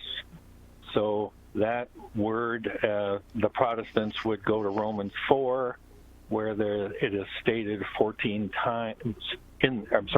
times in that passage that Christ's righteousness is imputed. So that word imputed became the Protestant byword. Yeah, that's the Protestant standard. Patrick, I got to get you to move towards a question, however. I appreciate the summing up of the general view of Protestants, but you wanted to challenge Doug Howe. I wanted to say that it's more than what Doug, he did state some things, but there were some more things. So namely, the big difference between Protestants and Catholics was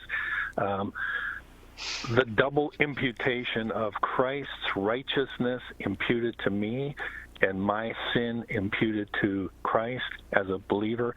That is done by faith and by faith alone, but it is not by a faith that is alone. Okay. All right. So can you respond to that, this double imputation, Doug?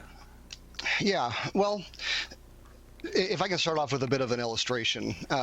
I tend to think of theology as at least the Catholic view, of course, because I hold this, that, if the truth is kind of at the top of a pyramid, if you move away from it, two things happen. Number one, you move farther away from the truth, but you also move farther away from a lot of different views. And I think that this is what happens a lot of times, where the Catholic Church, I believe, has a very balanced view of not just this chapter of Romans or that chapter of whatever, but the whole of Scripture.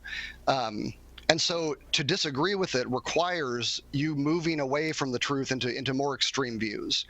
And so I think that many times what happens is Protestants affirm something that the Catholic Church really doesn't have that much of a problem with, but it's what they exclude.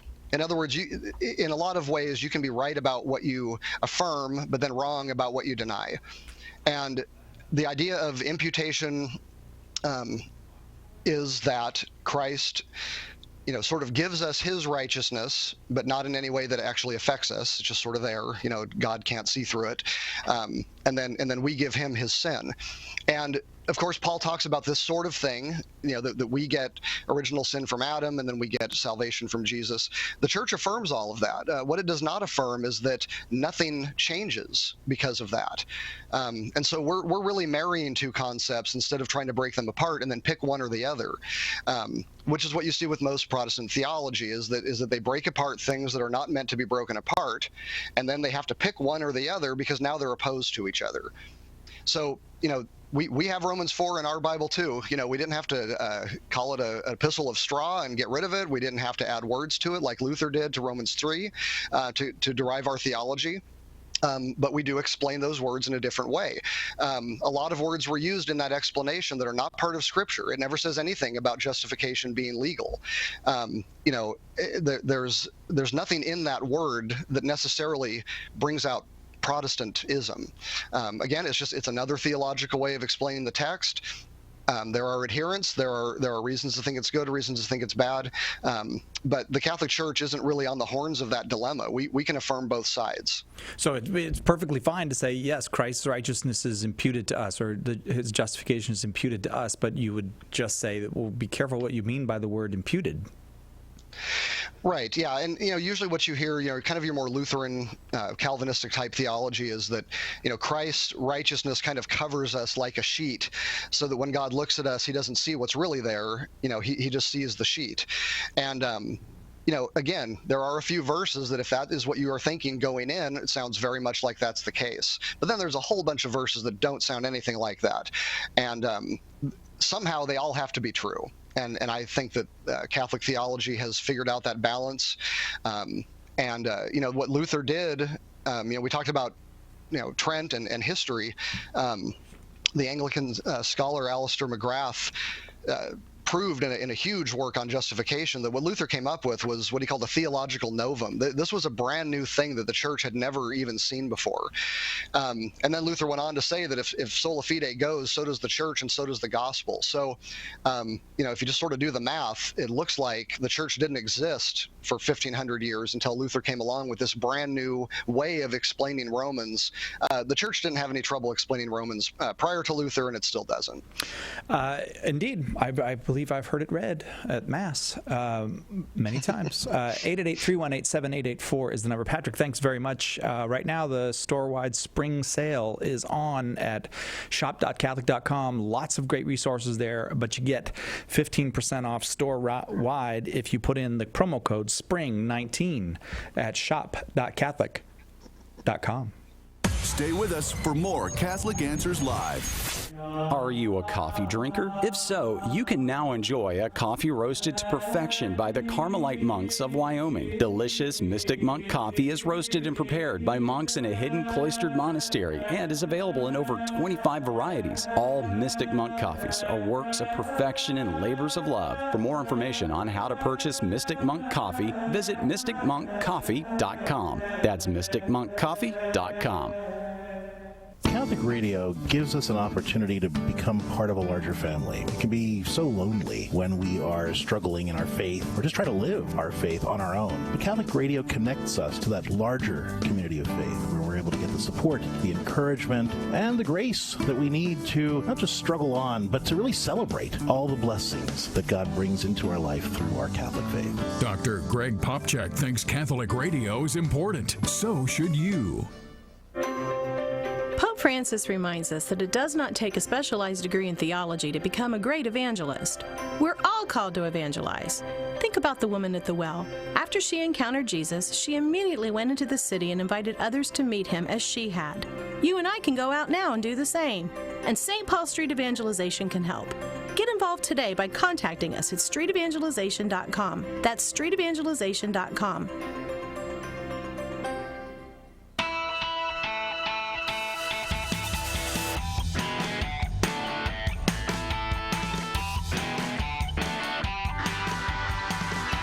Welcome back to Catholic Answers Live. We're talking about faith and works today with Doug Beaumont. Doug is the author of Evangelical Exodus, Evangelical Seminarians and Their Paths to Rome. And I just want to, and a former evangelical himself, but this is an interesting book because there does seem to be happening in Protestant evangelical circles a discovery of the Catholic Church among some people. And so this is what you wrote about, was that people finding out, wait a second, these Catholics are not nuts, and they're not, this is not the Whore of Babylon. And maybe there's something to this sacramental theology and all that. Yeah, there's the book was written primarily to answer just some kind of legends that had gone around about why people from this particular seminary were becoming Catholic. I mean, James White had been going after SES for long before I came along. So the book I thought was important just to show how our particular seminary seem to be producing so many Catholics. But it happens everywhere. There's guys from Westminster and other places like that. The Call to Communion website is just full of these guys with very heavy-duty Reformed backgrounds that have become Catholic. Of course, the losses go both ways. But it does seem to me that the majority of Protestants I know that used to be Catholic don't know the Catholic faith nearly as well as Catholics who used to be Protestant know Protestantism. It seems that the general rule is that your better Protestants are the ones that become Catholic, and your worse Catholics are the ones that become Protestant. And I heard that at an Evangelical Theological Society meeting from a Protestant, so don't judge. I just don't know how I'm not Protestant then. If it was the bad Catholics that have been going over, I don't know how. Yeah, well, just don't talk to any evangelicals. You'll be all right. I'm kind of stuck now because the experience makes you stuck. I suppose this is true in a way that the experience of the sacraments has a settling effect in that I don't want to leave the sacraments. I don't ever want to leave the sacraments. Yeah, and I think it's a lot harder to even know where would you go.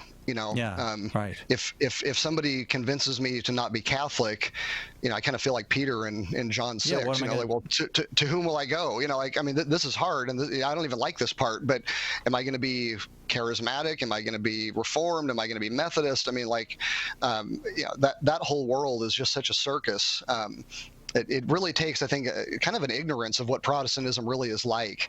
To leave the Catholic faith for just this, Creekside evangelical community church on the corner, across the street from the other one. That you're really jumping into something that is just a complete mess. Not that the Catholic we're Church not isn't messy, not that we're not messy, but there's an almost planned mess that you run into in Protestantism, whereas in Catholicism we're kind of trying to fix it. It's a very orderly mess, but we are all but none of us can brag that we've overcome sin. We all need the Lord more, but whether Catholic, Protestant, Orthodox, more Jesus, please, because none of Absolutely. us, we need to model it better. All of us do. So let's go to Emma in Hayden, Idaho, listening on the Catholic Answers app. Emma, your question for Doug. Hi. My church is not a circus. I just wanted to say that. I'm Protestant. And I'm Italian, so I have all of my family's Catholic. I'm so nervous. Oh, you're okay. At least your picture isn't on the screen. Plus, we also brought you in right after the most combative words of the hour, so don't worry. I know. Good gravy. Sorry about that, Emma. Go ahead. You're safe. We're not going to tag you. I've been listening for about 5 years now. I've prayed the rosary for a year, really expecting to become a Catholic. It hasn't happened yet. I think the reason that I haven't crossed over is because of the Catholics that I know. Because my cousin, for example, has a gay sister, a stepsister. And she says the Catholic Church is old-fashioned, and you don't have to go to church every Sunday. It's not a mortal sin. And so she calls herself, and this is the majority of the Catholics I know, call themselves cafeteria Catholics. And the other thing is, like, growing up with all my family and friends Catholic, the idea was you could sin all you want, and then you go to confession, and then you're absolved. And the only Catholic family that I know that is really, truly on fire for God is their Vatican I. And I'm very impressed with their family. And maybe I'm just not getting a good example, but when you have, close family members that are taking the faith and kind of waving it in the wind, it makes me wonder, because I look at my church and I see people who are sold out for God. Well, I don't know. You're definitely not getting a good example, but you might be getting an accurate example of the current state of the Catholic Church in many places. So I certainly wouldn't be the one to deny it. But Doug, your response. Well, first, thank you so much for calling in, and I'm nervous too. So, thank you for braving the airwaves. First of all, I just want to say I'm really sorry that that's been your experience. It is not unusual. I remember the band DC Talk. I don't know if you've ever heard of them. I'm probably dating myself, but years ago on one of their most popular albums, they had a song that started off with someone saying that the biggest obstacle to Christianity was Christians, and that is kind of ubiquitous. It's just everywhere. One thing that I have noticed as a Catholic is that, number one, I have to really look at who truly represents Catholicism in my decision to be Catholic, and not look at the people that are just kind of hanging out there. And when I look at the lives of the saints and I look at the teachings of the Catechism, sometimes I get a very different picture than what I get on Sunday going to Mass. And what I need to remember is that the difference is that, Catholics can't just go off and make their own church. And when I said it's a circus out there, I don't mean that each individual church is a circus. What I mean is Protestantism is a circus. There's so many different beliefs. There's almost nothing you can't believe or do that isn't represented by a church somewhere. And so what happens is that you're right. You tend to get more faithful people in Protestant churches because they've chosen a church based on what they already think. So naturally, a church that is 100% people that are only there because they believe that church agrees with them, of course they're going to be more faithful. The typical Catholic doesn't have first, second, third Catholic church. We don't have denominations. So you get 5,000 people in a Catholic church, it's going to be a huge range of from very unfaithful people that are only going there because grandma's going to be mad if they don't, up to the super Catholics that drive everybody else crazy because, they want Mass to be 10 hours long.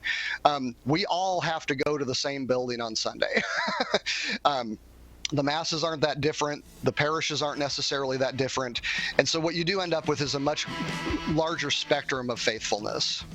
Emma, thank you for the call. I'm sorry that we Catholics do give scandal, but that will probably be that way until the Lord returns. But he said it would be. It's a good reminder for Catholics, take seriously the call to holiness. It's a very important part of evangelization, the essential part. Doug Beaumont has been our guest. DouglasBeaumont.com is where you can find him and make contact with him, maybe support his ministry. Evangelical Exodus, Evangelical Seminarians and Their Paths to Rome is the book that we mentioned. Doug Beaumont, thanks very, very much. Thanks a lot, Cy. I really appreciate it. And you didn't seem nervous at all. I don't know if you were telling the truth to Emma there, that you were nervous. I've become a good actor over the years. Okay, very good. Tomorrow, 2 hours of open forum. Colin Donovan will be here. Tim Staples will be here. And any question you want.